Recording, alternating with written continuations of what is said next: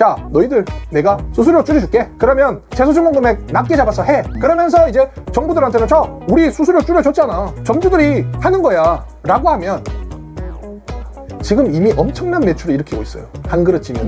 네. 근데 이 세팅값을 잘 못해버리면, 식자재율이 45%, 46%가 나와버리면 이게 적자 구간이죠. 35가 넘으면 안 됩니다, 한 그릇쯤이면. 이게 제가 이 얘기를 언제부터 했나요? 작년부터 한 거죠. 작년 9월부터 했죠. 이렇게밖에 될 수 없다니까요. 안 남는다, 뭐 어떻게 합니까? 그거 가만히 있을 겁니까? 우리가 할 수 있는 건 가장 중요한 거죠. 대표님 안녕하세요. 안녕하세요. 네, 그 최근 뉴스들 보니까 배민에서 도입한 네. 그 한 그릇 배달이 네. 뭐 주문량도 한 네. 30% 가까이 늘고 네. 꽤 효과가 있다고 하더라고요. 네. 그래서 쿠팡에서도 대응책을 낸 것 같은데 혹시 네. 좀 좀 내용을 알고 계신가요? 일단 채소 주문금을 11,000원으로 맞춰야 됩니다. 그리고 15,000원에 대한 부분은 차등적으로 밑으로 이제 할인을 해준다는 얘기예요. 네. 근데 이제 그 두 정책, 동일한 정책에서는 배민이 이겼습니다, 사실. 한 그릇 정책이 더 소비자에 대한 선호도가 높겠죠.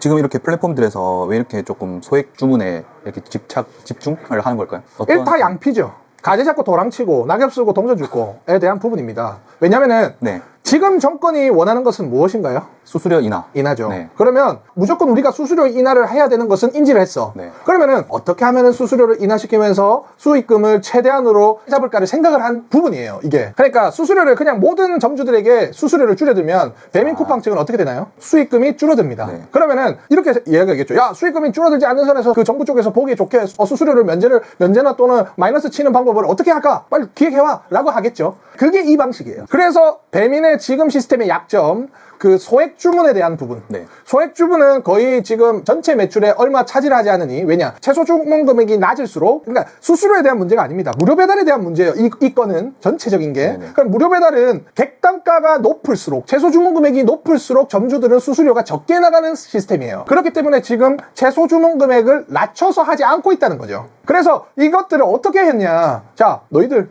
내가 수수료 줄여줄게. 그러면 너희들 채소 주문 금액 낮게 잡아서 해 라고 하면서 이제 12,000원대로 잡고 11,000원대로 잡는 거죠.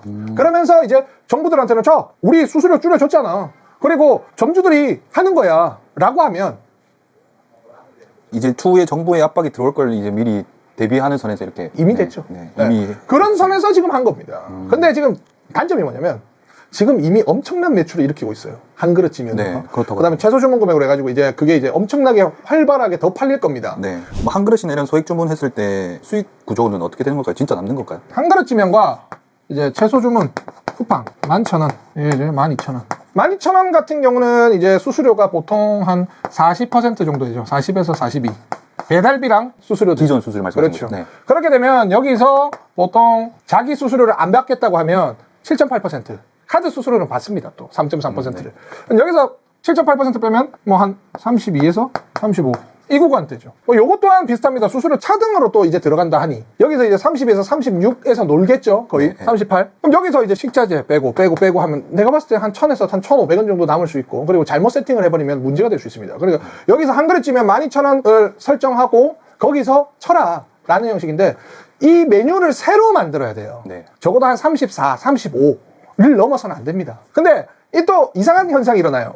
12,000원에 배달 주문을 무료로 해서 받는데 소비자들은 풍성한 줄 알아요. 아, 그러니까 실질적인 건 8,000원이에요. 음식을 만드는데. 그러면은 12,000원에서 원가율을 따지면 35%로 잡을게요. 네. 그러면은 한 4,500원 정도 되잖아요. 네. 그러면 여기서 12,000원에 수수료 다 빼면은 8,500원이니까 거기에 한 4,500원 빼면 4,000원이 남겠죠. 네. 거기서 인건비, 공과금, 월세가 나가는 거죠. 근데 이것만 봐서 남는다 안 남는다라고 하면 안 돼요. 왜냐면은 이거와 객단가가 많이 들어왔을 때 수익률과 그 다음에 홀과 포장과 이것들이 전체적으로 봤을 때 인건비, 공과금, 월세 이런 것들은 공동비용이에요. 그렇기 때문에 한 1,000원에서 한 1,500원 남는다 생각하고 팔아야죠. 근데 이 세팅값을 잘 못해버리면, 식자재율이 45%, 46%가 나와버리면 이게 적자 구간이죠. 35가 넘으면 안 됩니다, 한 그릇쯤면은. 이게 또 한 그릇쯤면 같은 경우나 저 밑에 쿠팡 채소 주문 금액 설정하는 것도 적용이 안 되는 지점도 있다고 하더라고요. 있죠. 네. 이제 주로 이제 배민이나 쿠팡이 진행할 때는 수도권 지역, 광역시 지역, 그 다음에 배달 집중 과밀 지역부터 하고 점차적으로 늘려나가고 있어요. 그러니까 이것도 점차적으로 늘려나가겠죠. 아, 늘려나가는 건. 그러면은 지금 적용이 되는 지점들은 무조건 하는 게 괜찮을까요? 일단은 지금 행사가 들어가고 있잖아요. 네. 저는 일단은 다 하는 편이에요. 계산을 해서 식자재를 얼마나 잡고 코스트를 배분을 해야만이 이것이 되느냐를 계산해서 저는 일단은 수익은 무조건 나오도록 만들어 놨는데, 나중에 또 어떻게 될지 몰라요. 근데 여기서 아직 정부에서 뭐 수수료나 너무 심하다라는 조치가 아직 안 일어났죠. 그래서 그것들을 감안하고 일단 수익이 나오는데 그 이후에는 조치가 들어가면 수익금이 더 많이 나올 가능성이 있죠. 그러니까 일단은 밀고 있는 사업에는 조금 계산을 해서 세팅값을 넣는 거죠. 저희는 여기서 시키면은 추가적으로 객단가가 상승하도록 밑에 다 잡아 넣어놨어요. 뭐 추가. 이게 배가 고프잖아요. 그러면은 시킬 때 이것도 먹고 싶다, 더 먹고 싶다, 더 먹고 싶다로 만들었기 때문에 12,000원짜리를 시켜도 14,000원, 16,000원이 나오도록 세팅을 해놨다. 그러면은 댓글들에 한 그릇쯤이나 이런 거 하면 안 남는다, 무조건 손해다, 이렇게 말씀하시는 분들이 좀 계시는 것 같던데, 네. 방금 말씀해주신 내용을 토대로 그 한 그릇쯤을 하기 위해서 전제돼야 되는 조건들을 조금 정리해 주시죠. 안 남는다? 뭐 어떻게 합니까? 그거 가만히 있을 겁니까? 안 남는다는 기준은 이제 수수료는 어쩔 수 없어요. 건드려 줄 때까지는 어쩔 수 없는데, 우리가 할 수 있는 건 식자재. 가장 중요한 게 식자재. 인건비. 자, 옛날부터 말했잖아요. 식자재는 32에서 35를 맞춰야 된다. 안 그러면 다 죽는다. 어떤 치킨집인데, 점주님 상담 받았습니다. 한 5,300 나오는데 14시간 일하신대요, 하루에. 근데 한 800만 원 정도 남는데요. 자기 혼자 일하고. 그래서 식자재비가 한 어느 정도 나오십니까? 라고 하니까 한 52% 정도 나온다. 그러니까 12%는 인건비죠. 네. 원래. 네네. 그러니까 인건비에 대해 세이브는 잘 되지만 식자재에 대해서 세이브가 되지 않으니 혼자 일하면서 14시간 매일 일하면서 월화수목금토일 일하면서 몸이 부서지기 시작하는 겁니다. 식자재가 50이 넘어가니까요. 그러니까 결과적으로는 식자재를 32에서 35를 맞춰야 됩니다. 되게 중요하겠네요. 가장 중요합니다. 저희 지금 사실 영업 지금 엄청나게 들어오고 있어요. 개설해달라고. 네. 그 다음에 이제 매출도 엄청 많이 나오고 있습니다. 이게 되기 때문에 사장님들이 이거도 하면서 매출을 일으키면서 유리하게 들어갈 수 있는 거예요. 네. 그리고 두 번째, 인건비. 혼자서 5천 몇백을 친다. 인건비 절감이지 않습니까? 네. 그죠? 근데 기계화가 돼야 된다. 자, 다음 주에 기계화 완전 자동화 영상 찍을 겁니다. 제가 직영접이 만들어졌습니다. 원래 3명이서 한 180 정도 칠 거를 2명이서도 칠 수 있습니다. 그래서 물어봤어요. 2명이서 괜찮냐? 괜찮아요. 이 정도는요? 하더라고요. 인건비는 기계로 풀어야 된다. 하지만 그냥 몸빵으로 들어가면 몸은 아작난다. 네. 이 두 가지밖에 없어요. 지금은. 그리고 추가적으로 홀과 포장, 단체. 다수의 플랫폼으로 수익성을 많이 나오는 것들을 뺏어와야 된다. 주기는 주지만 많은 플랫폼들을 이용해서 금액 할인이나 PR을 계속 쳐서 비율을 계속적으로 뺏어와야 된다.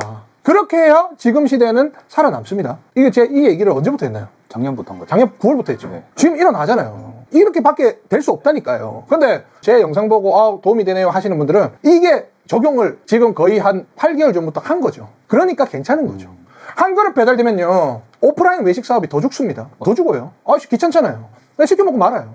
그렇기 때문에 세팅값을 이제는 밸런스 있게끔 다 맞추고 식자재비 코스트 기계화로 해서 옛날에 예를 들어서 한 5천만 원으로 1,600 정도 남았으면 네. 지금 한 7천만 원, 7,500만 원에서 1,600이 남게 만들어야 된다. 그러면은 한 그릇쯤이나 이런 것들 하면은 매출이 계속 오르잖아요. 네. 그러면은 내가 직접 조리를 계속 하는 사람들은 사장님이 이런 생각을 해.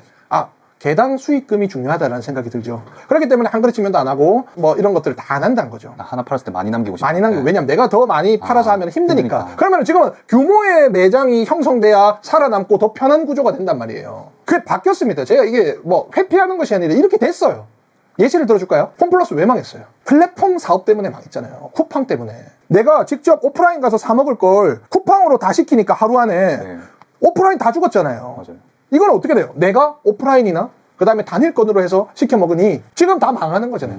근데 지금 이마트나 이런 거 어떻게 합니까? 배민이랑 협약하고 쿠팡이랑 협약해서 편의점도 협약해요. 네. 편의점도 이제 하나씩 시켜 먹게끔 해가지고 이미 진행됐어요. 플랫폼은 벌써 다 깔렸어. 그러면은 여기서 어떻게 살아남느냐? 식자재 줄이고 기계 넣고 다각화로 팔아서 진행해야 된다. 그러니까 이거예요. 받는 수량을 늘리고 네, 그 받는 수량이 준비가 돼 있는 상태에서 오고 그 다음에 조리가 딱 들어왔어. 네. 바로 기계가 만들어서 나가도록 하면 나의 인건비와 나의 피로도는 줄어들겠죠.